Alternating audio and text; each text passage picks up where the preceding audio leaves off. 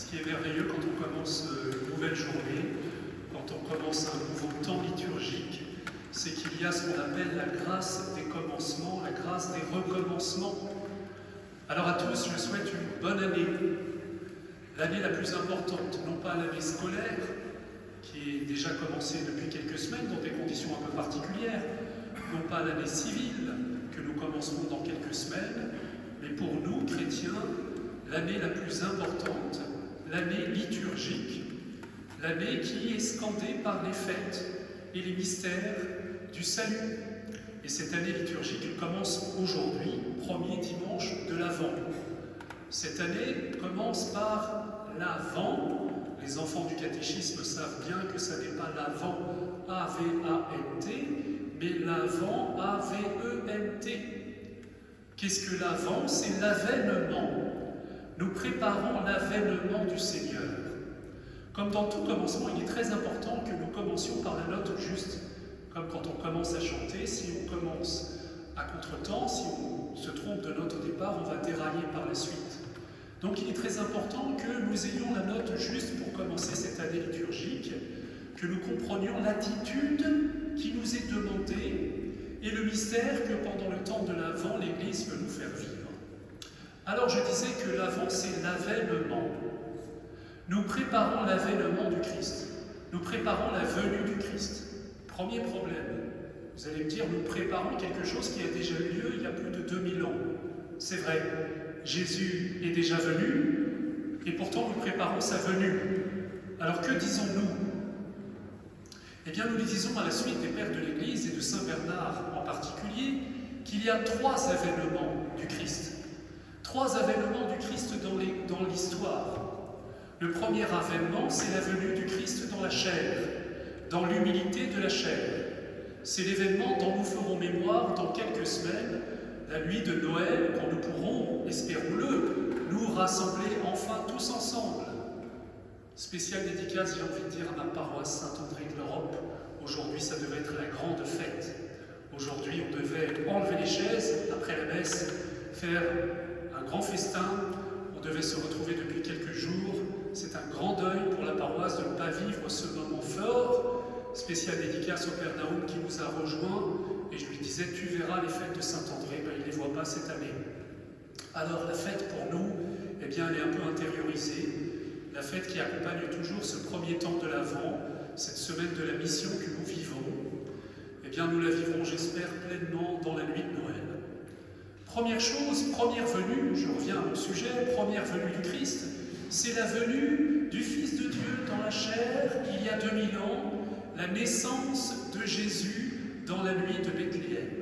Il est venu une première fois, il est venu, et nous dit Saint Jean, il est venu chez les siens et les siens ne l'ont pas reçu. Il est venu dans l'humilité, dans l'anonymat relatif, puisqu'ils n'étaient pas nombreux à la crèche pour l'accueillir, ils étaient encore moins nombreux à la croix pour l'accompagner, et peut-être moins nombreux encore au seuil du tombeau pour constater sa résurrection.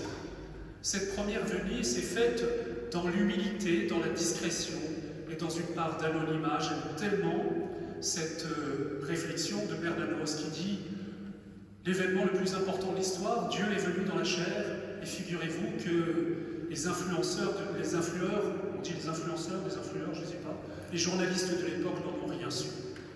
Déjà, l'événement le plus important dont nous faisons mémoire est passé quasiment inaperçu.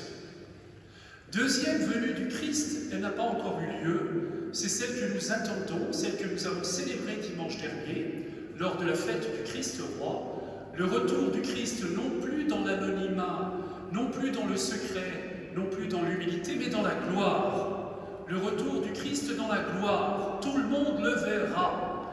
Toute la création sera convoquée à assister, à célébrer à la gloire du retour du Christ. Et les uns, ce sera pour leur bonheur. Veillez, veillez, préparez-vous. Est-ce que vous avez choisi celui qui doit revenir dans la gloire comme Seigneur et Sauveur? Alors il vous emportera dans sa gloire, en même temps qu'il ressuscitera les corps, qu'il transfigurera la chair, qu'il nous fera entrer dans le monde nouveau, la création nouvelle, qui qui est la parousie, l'avènement plein, la plénitude des temps que nous attendons, ou alors si nous avons choisi comme autre Seigneur celui que Jésus appelle le prince de ce monde, il nous laissera aller pour l'éternité avec lui. Alors vous faites le compte, il y a une première venue qui est dans le passé, dont nous faisons mémoire, il y a une venue dans l'avenir, que nous anticipons dans l'espérance, dans la foi, et il y a une autre venue entre les deux. Celle-là, c'est la plus mystérieuse, c'est la plus cachée, c'est peut-être la plus belle pour nous. Le Christ vient à tout instant, il frappe à la porte de notre cœur. Souvenez-vous de cette phrase du livre de l'Apocalypse qui fait dire à Jésus « Je me tiens à la porte et je frappe. Celui qui m'ouvre la porte, j'entrerai, je ne serai pas seul, mon Père et l'Esprit Saint entreront également et nous prendrons notre repas auprès de lui. » Chers amis, il y a 3 venues qui doivent nous garder vigilants. L'attitude spécifique du temps de l'Enfant, ça n'est pas simplement la prière, ça n'est pas simplement la charité, c'est d'être vigilant, comme des gens qui attendent la venue de quelqu'un d'important, comme des gens qui nettoient leur maison, qui s'apprêtent, qui préparent pour la venue de celui dont ils ne voudraient pas rater le passage. Jésus va venir de nuit. Vous savez que dans la liturgie juive, dans la liturgie domestique juive, à chaque sabbat, c'est la femme qui, à l'heure du coucher du soleil, allume la lumière de la menorah, c'est-à-dire qu'on doit rester éveillé, on va veiller pendant toute la nuit parce que le Messie peut venir en pleine nuit.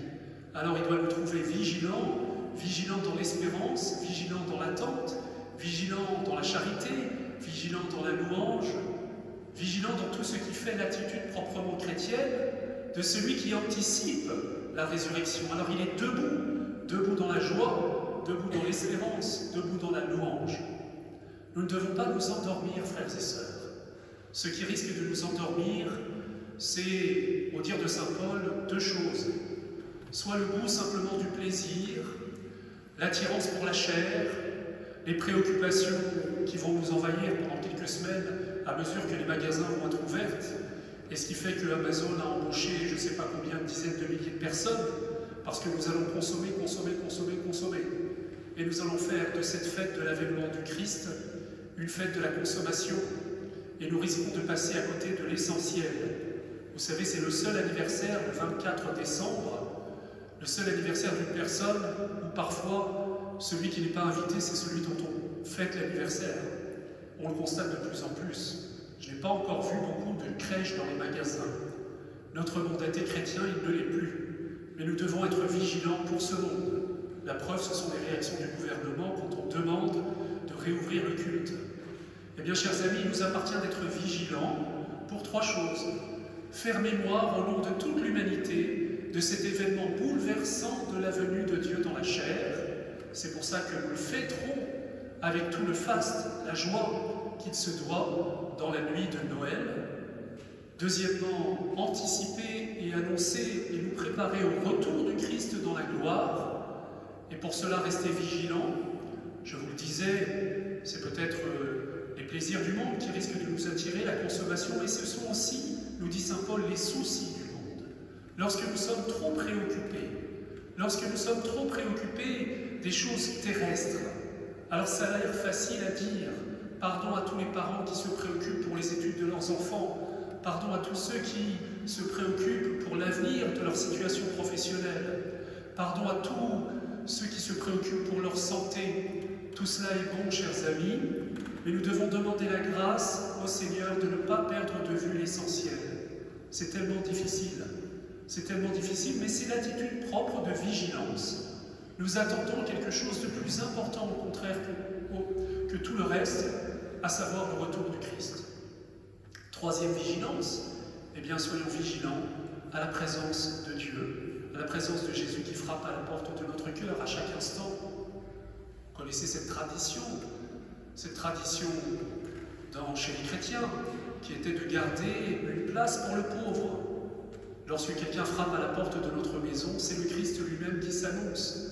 Ce que vous avez fait au plus petit d'entre les miens, c'est à moi que vous l'avez fait. On a encore cette tradition chez les bénédictins. Vous savez que celui qui frappe à la porte d'une abbaye bénédictine, la règle de saint Benoît dit qu'il faut l'accueillir comme si c'était le Christ lui-même. Et ça, c'est l'attitude spécifiquement chrétienne. Reconnaissons qu'elle n'est pas très facile à garder dans nos grandes villes, à l'heure des codes, des interphones, à l'heure du confinement, à l'heure de l'interdiction de frapper à la porte de notre voisin. Mais nous devons rester vigilants. Rester vigilants parce que le Christ frappe à la porte de nos cœurs et de nos vies à travers les plus pauvres et les plus petits. Le temps qui vient va être un temps éprouvant. Il y a des gens dans la rue, il y a des gens qui ont froid, il y a des gens qui sont vulnérables. Eh bien, à travers eux, c'est le Christ qui frappe à la porte de notre cœur et nous ne pouvons pas l'oublier. Le Christ frappe encore à la porte de nos cœurs à chaque fois qu'il veut juste que nous lui offrions quelques minutes, quelques secondes dans notre journée, dans le tourbillon de nos journées, peut-être pour rentrer dans une église, peut-être pour rentrer en nous-mêmes et le laisser parler à notre cœur, l'adorer. Je terminerai, chers amis, par cette petite histoire d'une personne qui est venue entrer dans cette église et puis, après avoir adoré quelques instants devant le Saint-Sacrement, il n'y avait pas grand monde, elle vient vers moi et me dit « Vraiment, c'était pas facile de prier aujourd'hui, je m'ennuyais, j'avais l'impression que je perdais mon temps. Je me suis demandé, est-ce que je ne dois pas partir et faire quelque chose, m'occuper de la vaisselle ou de la cuisine pour mes enfants ?» Et puis j'ai eu cette inspiration, j'ai dit « Je vais demander à Jésus ce qu'il en pense. » Et je lui ai demandé. Et il m'a semblé qu'il me répondait « Reste s'il te plaît, je suis seul. » Eh bien c'est cela. Laissez Jésus frapper à la porte de notre cœur et nous ouvrir la porte de notre cœur. Chers amis, je vous propose que nous prenions tous peut-être aussi cette résolution du temps de l'Avent d'offrir quelques vraies minutes de silence dans notre journée et d'adoration.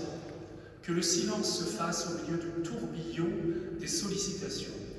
Peut-être que nous éteignons nos écrans qui ne nous font pas que du bien, que toutes ces nouvelles qui alimentent beaucoup d'angoisse dans nos cœurs et dans nos vies, eh bien, nous les mettons un peu en veilleuse et que nous laissions sa chance au Seigneur pour qu'il puisse nous parler cœur à cœur, pour qu'il puisse frapper véritablement à la porte de notre cœur, pour qu'il puisse préparer son avènement, son retour dans la gloire. Amen.